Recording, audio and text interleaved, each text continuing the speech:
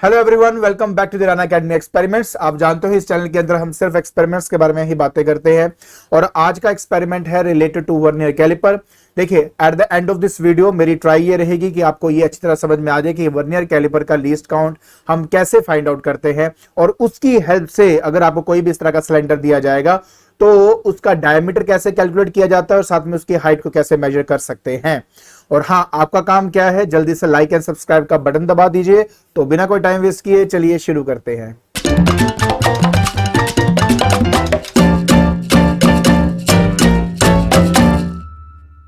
देखिए, पहले vernier caliper को ना हम अच्छे से जान लेते हैं कि उसमें कौन कौन से पार्ट्स है।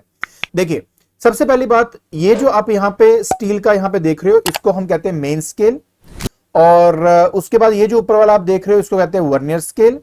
ये जो देख रहे हो इसको लोअर जॉ कहा जाता है और ऊपर जो आप देख रहे हो इसको कहते हैं हम अपर जॉ। अब बात सिर्फ इतनी है कि अगर आप ध्यान से इस मेन स्केल को देखोगे तो ये नॉर्मल स्केल की तरह ही होता है। एक नॉर्मल सेंटीमीटर जो स्केल आपके पास होता है ना, वही है ये आपका। और इसके अलावा यहां पर एक छोटा सा रोलर दिया होता है। इस रोलर को रोटेट करके आप आराम से इस वर्नियर स्केल को इस मेन स्केल के ऊपर स्लाइड कर सकते हो। आई होप आपको वर्नियर कैलिपर कैसे चलाना है उसके बारे में थोड़ी बहुत तो नॉलेज होगी। अब आपने इस पर्टिकुलर वीडियो के अंदर ये देख लिया होगा कि वर्नियर कैलिपर एक्चुअली में दिखता कैसे है। बाकी अगर आपको अच्छी तरह ये जानना है कि कौन सा अपर है कौन सा लोअर है, अगर वो नहीं समझ में आया तो ये डायग्राम देख लीजिए, वहां से आपको अच्छे से क्लैरिटी हो जाती है। ठीक है, देखिए, अब जब हम एक किसी वर्नियर कैलिपर के बारे में बात करते हैं ना, तो सबसे पहले यह देखा जाता है कि उस स्केल का कोई एरर है कि नहीं है। देखिए, किसी भी वर्नियर स्केल के अंदर एरर है या नहीं है वो इस बात पे डिपेंड करता है कि zero of the main scale क्या मेरे zero of the vernier scale के साथ कोइंसाइड कर रहा है कि नहीं कर रहा। और ये जानने के लिए हम जो लोअर जॉज होते हैं उनको आपस में मिला देते हैं। अगर आपको ये बात नहीं समझ में आई है तो जल्दी से ये देख लीजिए। देखिए, अगर आपने ये जानना है कि क्या इसमें कोई एरर है कि नहीं है, तो देखो, रोलर की हेल्प से सबसे पहले इन जॉइस को आपस में मिला दो। जैसे आप जॉज को आपस में मिलाते हो तो क्या देखने को मिलता है, थोड़ा ध्यान से देखना। ये देखिए, आप देख सकते हो कि वर्नियर स्केल का ये वाला जो पहला डिवीजन है जिसको जीरो डिवीजन कहा जाता है, ये आपका कोइंसाइड कर रहा है zero of the main scale के साथ। और अगर ये ऐसा कर रहा है तो इसका मतलब है कि इस वर्नियर स्केल के अंदर कोई भी आपकी एरर नहीं है।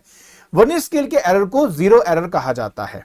ठीक है, अब क्या होगा कि अगर मेरा ये जीरो जो है, अगर जीरो ये जो मेन स्केल के जीरो से कोइंसाइड ना करे तब क्या करेंगे।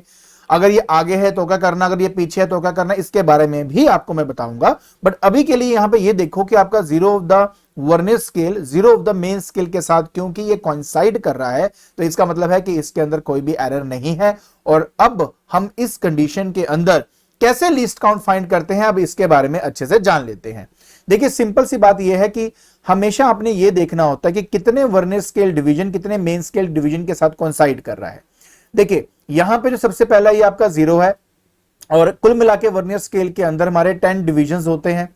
और अगर आप यहां पर थोड़ा सा मेन स्केल में देखो तो इसकी स्टार्टिंग वाला ये जो है ये जीरो है, और अगर मैं ये काउंट करूंगा तो ये मेरे 9th division of the main scale के साथ कोइंसाइड होता है। कहने का मतलब क्या है, मैं थोड़ा सा आपको इसी बात को थोड़ा इलैबोरेट करके दिखाता हूं। देखिए, होता क्या है, अगर आप थोड़ा ध्यान से इस चीज को देखें कि 10 वर्नियर स्केल डिविजन्स जो होते हैं वो आपके 9 मेन स्केल डिवीजन के साथ कोइंसाइड होता है। तो 1 वर्नियर स्केल डिवीजन जो है वो आपका 9/10 मेन स्केल डिवीजन के बराबर हो जाएगा। अब बात सिर्फ इतनी है कि अगर आपने लीस्ट काउंट फाइंड करना है तो हम एक्चुअली लीस्ट काउंट का मतलब क्या होता है, ये होता है मतलब कि एक वर्नियर स्केल डिवीजन की वैल्यू और एक मेन स्केल डिवीजन की वैल्यू के बीच में कितना डिफरेंस है। मतलब ये कि 1 main scale division minus 1 vernier scale division. अब देखिए, सिंपल सी बात यह है कि 1 मेन स्केल डिवीजन को तो मैं एज इट इज रखूंगा, लेकिन यहां पे माइनस कर दूंगा जो मैंने यहां पे भी फाइंड किया है। कितना है मेरा 9/10 ऑफ मेन स्केल डिवीजन। अब यहां से आप अपने मेन स्केल डिवीजन को आप कॉमन निकाल सकते हो। 1 माइनस 9/10 आपका आएगा और आप देख सकते हो ये बन जाएगा बेटा 1/10 ऑफ मेन स्केल डिवीजन। अब आप देख सकते हो ना यार कि ये जो आपकी स्केल है ये नॉर्मल स्केल की तरह है, और एक नॉर्मल स्केल के अंदर मेन स्केल डिवीजन मतलब एक सेंटीमीटर स्केल अगर आप ले लो तो सबसे मिनिमम वैल्यू क्या होती है उसकी, आप जानते हो कि वो 1 mm होता है। तो वही मेन स्केल डिवीजन होता है, मतलब मेन स्केल के एक डिवीजन की वैल्यू 1 mm होती है, जो सबसे लोएस्ट वैल्यू है, उसको डिवाइड बाय आप 10 कर दीजिए। जैसे आप 10 करते हो बेटा तो आपका आंसर आ जाएगा 0.1 mm, और सेंटीमीटर में करने के लिए इसी को ही आपको डिवाइड बाय 10 और करना पड़ेगा, तो ये सेंटीमीटर बनेगा, तो ये आंसर है 0.01 सेंटीमीटर। तो बस इसी तरीके से आप इसका लीस्ट काउंट फाइंड करते हैं। तो देखिए फाइनली आपको समझ में आ चुका है कि कैसे हम किसी वर्नियर कैलिपर से लीस्ट काउंट को फाइंड आउट कर सकते हैं। देखिए कितना आसान तरीका था, हमने सिर्फ ये देखना है कि वर्नियर स्केल डिवीजन्स कितने मेन स्केल डिवीजन से कोइंसाइड करते हैं, और एक वर्नियर स्केल डिवीजन की वैल्यू को हमने फाइंड आउट कर लेना है। तो लीस्ट काउंट होता है एक मेन स्केल डिवीजन की वैल्यू में से एक वर्नियर स्केल डिवीजन की वैल्यू को माइनस कर दीजिए, और फाइनली हमारे पास लीस्ट काउंट मिल जाएगा। और देखिए कितना सिंपल तरीके से हमने इसको फाइंड आउट किया। अब हमारे पास जो ऑब्जर्वेशन टेबल होता है उसके अंदर हमें वैल्यूज भी तो सब्स्टिट्यूट करनी होती है ना, तो जल्दी से पहले हम वो कर लेते हैं। सो देखिए ये हमारा पूरा ऑब्जर्वेशन टेबल है, इस पूरे टेबल को हमने फिल करना है, तो स्टेप बाय स्टेप हम इसको फिल करते जाएंगे। सबसे पहले कहता है the value of one division on the main scale. तो देखिए कोई भी हमारा जो मेन स्केल होता है उसकी सबसे मिनिमम वैल्यू जो होती है वही उसकी वन डिवीजन की वैल्यू होती है। तो कोई भी स्केल की अगर आप बात करते हैं तो उस स्केल में 1 mm जो है वो इसकी वैल्यू होगी, तो इसलिए मैं उसको यहां पर क्या करूंगा, सब्स्टिट्यूट कर दूंगा। तो ये यहां मैंने उसको डाल दिया। फिर कहता है टोटल नंबर ऑफ डिविजन्स कितने हैं वर्नियर स्केल के। तो मैंने आपको ऑलरेडी बताया है कि टोटल स्केल जो थे वो आपके कितने थे, वो आपके थे 10 वर्नियर स्केल डिवीजन थे, इसलिए इसको 10 से हमने रिप्लेस कर दिया। इसके अलावा नेक्स्ट आता है बेटा लीस्ट काउंट क्या है इस वर्नियर कैलिपर का।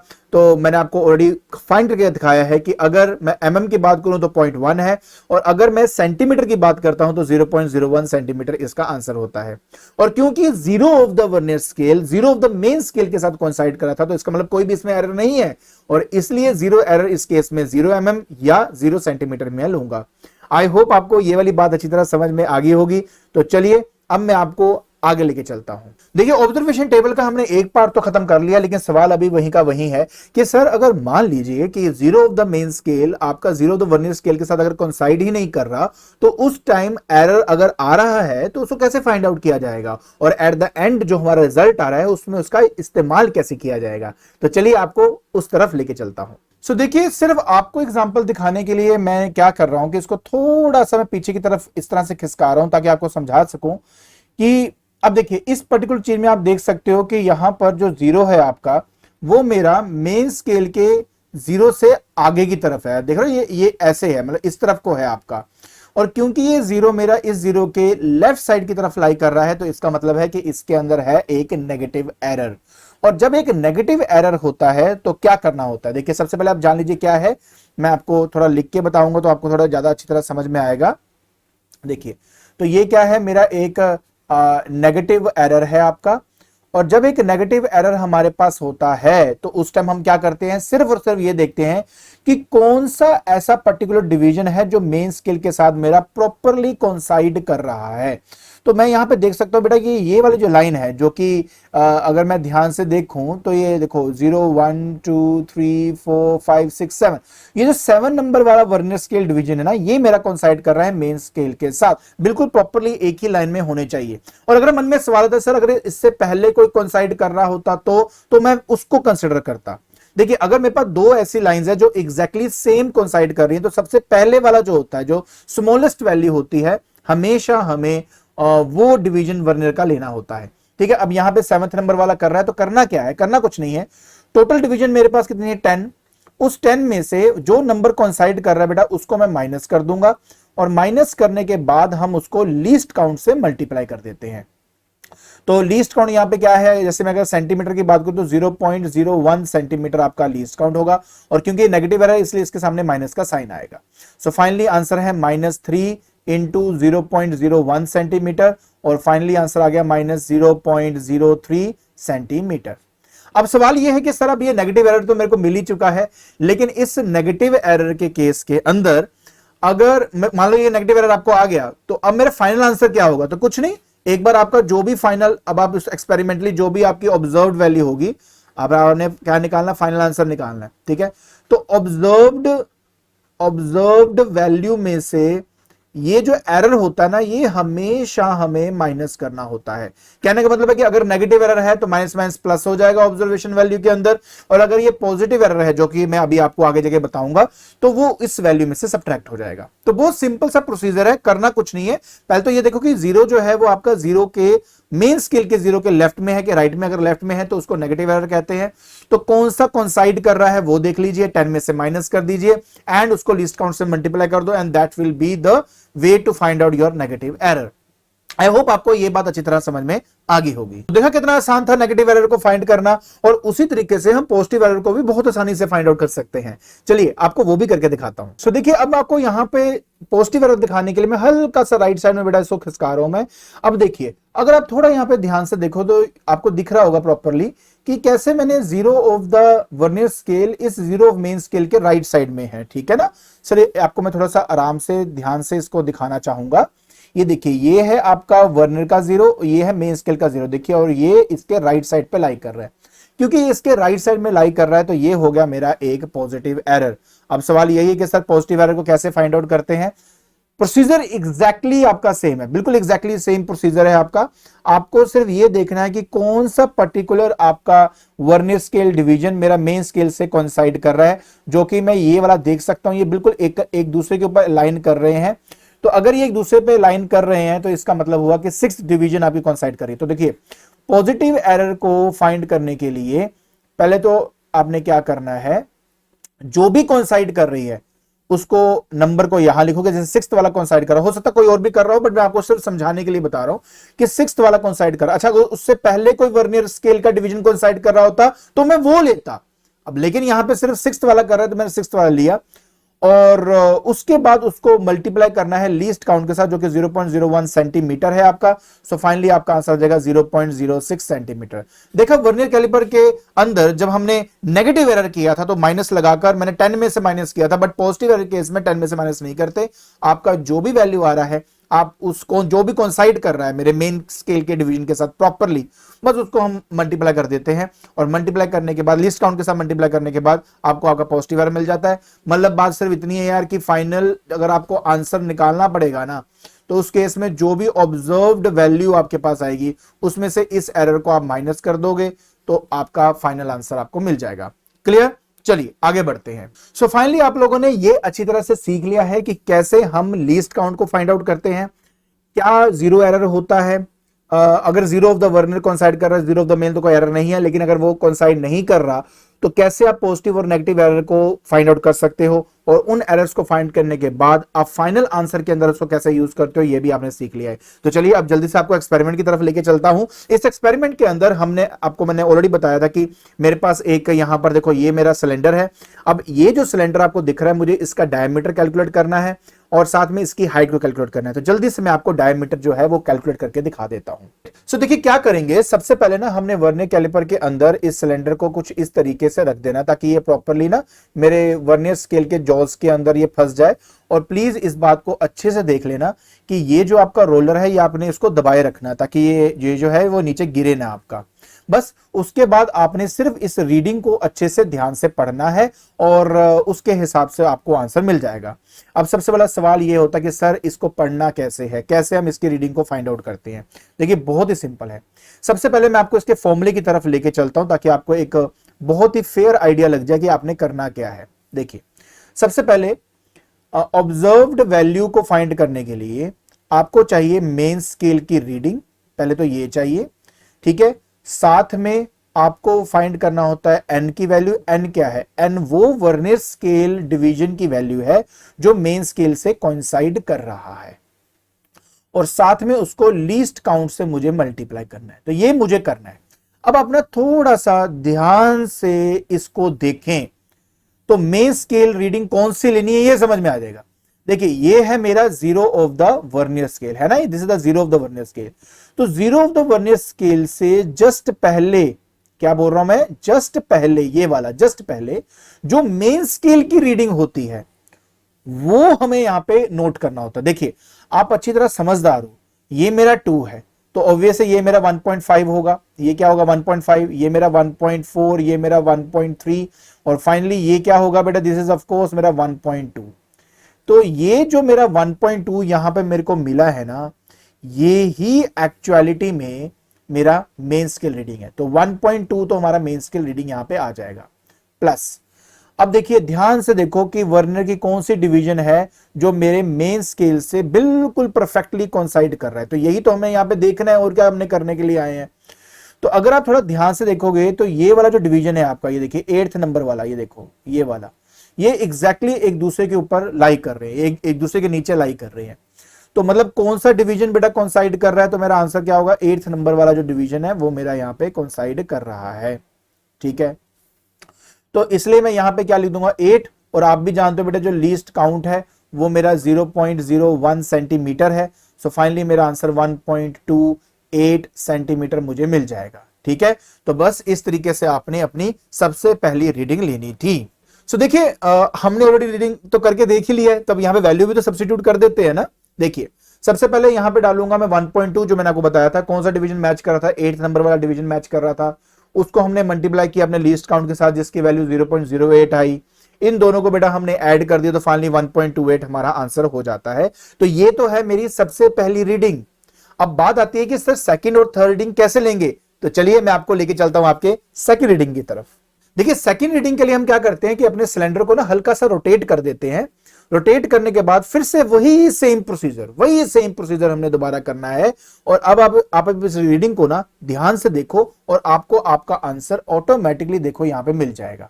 देखिए अगर आप इसको ध्यान से देख रहे हो तो you will realise this thing कि आपका ये जो लगभग 6th डिवीजन है ये आपका यहां पे कोइंसाइड कर रहा है। देख रहे हो आप यहां पे 6th डिवीजन आपका कोइंसाइड कर रहा है।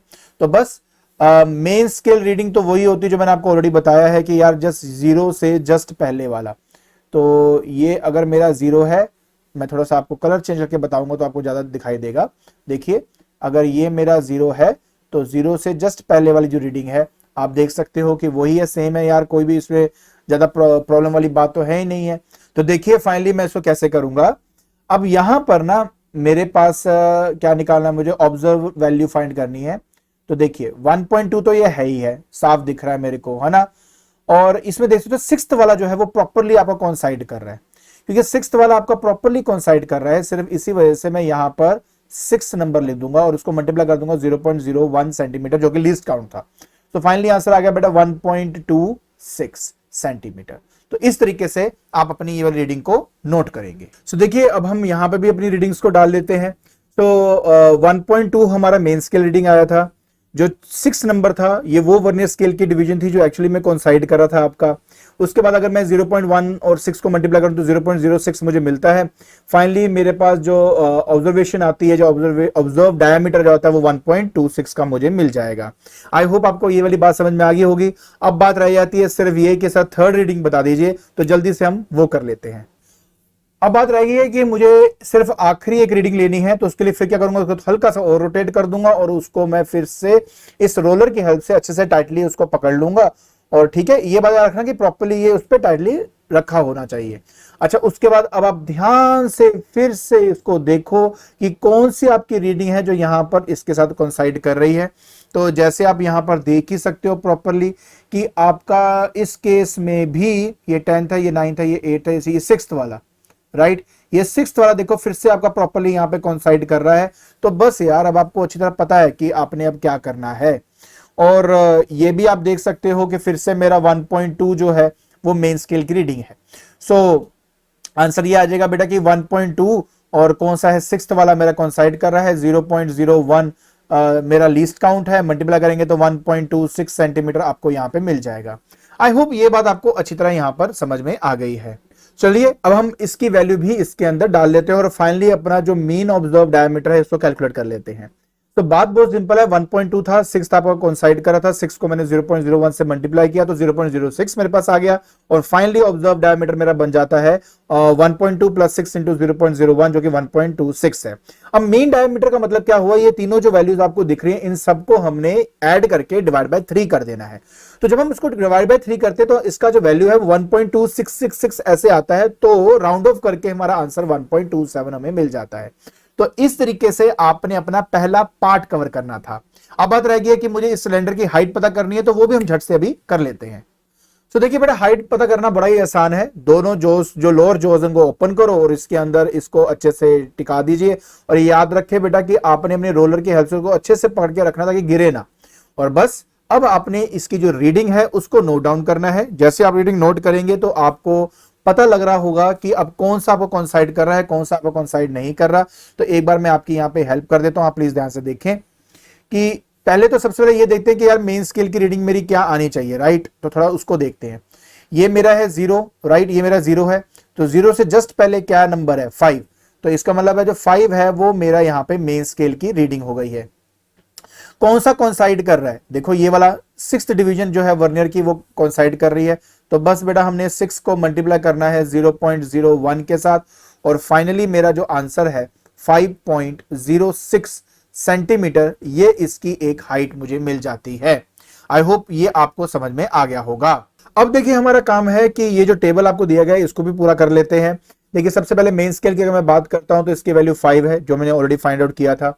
उसके बाद अगर मैं वर्नियर स्केल की कॉन्साइडिंग की बात करता हूं, कौन सा डिवीजन कॉन्साइड किया था, वो 6 वाला कॉन्साइड किया था, इसकी वजह से यहाँ पे 6 डाला है। इसके अलावा अगर मैं बात करता हूं कि वर्नियर स्केल रीडिंग कितनी होगी, तो ऑब्वियसली लीस्ट काउंट से मल्टीप्लाई करना था, तो मेरे पास 0.06 आया। दोनों को ऐड कर दीजिए, ऑब्जर्व्ड हाइट आपको मिल जाएगी, जो कि यहां पर 5.06 हमें मिला था। आई होप आपको ये वाली बात अच्छी तरह समझ में आ गई होगी। बाकी 2 रीडिंग्स की बात है, जल्दी जल्दी हम उसको भी फाइंड कर लेते हैं। सो बस करना कुछ नहीं है, आपने इसको अच्छे से पिक करना है, और जो बीच में आपका सिलेंडर दिया है उसको हल्का सा पहले आप रोटेट कर दीजिए। रोटेट करने के बाद आपने फिर से इसको रोलर की हेल्प से टाइट करके पकड़ना है, और अब आप फिर से अपनी जो रीडिंग्स है यहाँ पे आसानी से देख सकते हो। और अगर आप इसको थोड़ा ध्यान से देखेंगे तो आपको क्या नजर आ रहा है, थोड़ा ध्यान से देखिए, you will get to analyse it. तो पिछले केस में 6th डिवीजन कॉन्साइड करा था, तो इस बार अगर आप देखेंगे तो आपका ये जो 4th डिवीजन है ये आपका कॉन्साइड कर रहा है। फिर से वही बात कि 0 से जस्ट पहले की रीडिंग की जो वैल्यू है वो तो बेटा हमारे पास 5 ही है। तो आप भी जानते हैं यार कि अब मुझे क्या करना है। तो मेरे पास 5 हो गया मेन स्केल रीडिंग, प्लस कौन सा कॉन्साइड कर रहा है, 4th नंबर वाला, और साथ में आप उसको 0.01 के साथ मल्टीप्लाई करके 5.04 सेंटीमीटर एज ए हाइट अपनी फाइंड आउट कर सकते हो। आई होप यार ये बात तो आपको अच्छी तरह अब समझ में आ गई होगी। सो बस अब हमने जो वैल्यूज है वो यहाँ पे सब्स्टिट्यूट करनी है, जल्दी से कर लेते हैं। मेन स्केल रीडिंग 5 आई थी, वर्नियर जो कॉन्साइड करा था वो नंबर 4 था। 4 को 0.01 से मल्टीप्लाई किया तो 0.04 मुझे मिल जाता है। ऐड करेंगे तो 5.04 मुझे यहाँ पे आंसर आ जाएगा। तो बस अब रह गया है सिर्फ 3rd रीडिंग और हमारा एक्सपेरिमेंट खत्म हो जाएगा। तो जल्दी से हम वो कर लेते हैं। बस एक आखिरी रीडिंग लेने के लिए आपने क्या करना है, फिर से उस सिलेंडर को थोड़ा सा रोटेट करके आप फिर से उसको रोलर की हेल्प से अच्छे से इसको आपने उसको बड़ा दबा के रखना है, एंड फिर से आप इसकी रीडिंग को थोड़ा ध्यान से नोट करना, तो आपको समझ में आ जाएगा बेटा कि कैसे आपने सब कुछ ये फाइंड आउट करना था। सो थोड़ा सा मैं इसको एडजस्ट कर लेता हूं ताकि आपको थोड़ी क्लैरिटी से मिल जाए कि यार कि कौन सा मेरा कॉन्साइड कर रहा है, कौन सा कॉन्साइड नहीं कर रहा।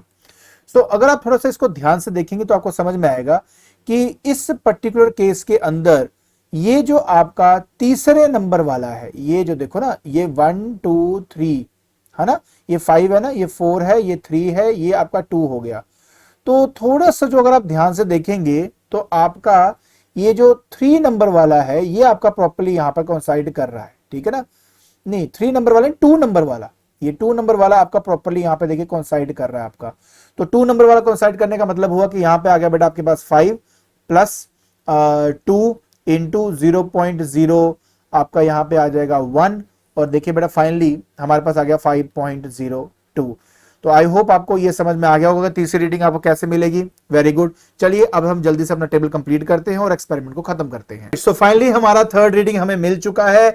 देखिए क्या था, 5 और कॉन्साइडिंग नंबर 2, फिर हमने मल्टीप्लाई किया तो 0.02 मिला, और फाइनली बेटा हमने जब इनको आपस में जोड़ा तो ये हमारे पास 0.02 मिल गया। ऑब्वियसली मीन ऑब्जर्व वैल्यू मुझे फाइंड करनी है, तो तीनों को प्लस करके डिवाइड बाय 3 कर दूंगा, तो मेरा आंसर आता है 5.04 सेंटीमीटर। अब ऑब्जर्वेशन खत्म, काम है फाइनल कैलकुलेशन और रिजल्ट्स को फाइंड करने का।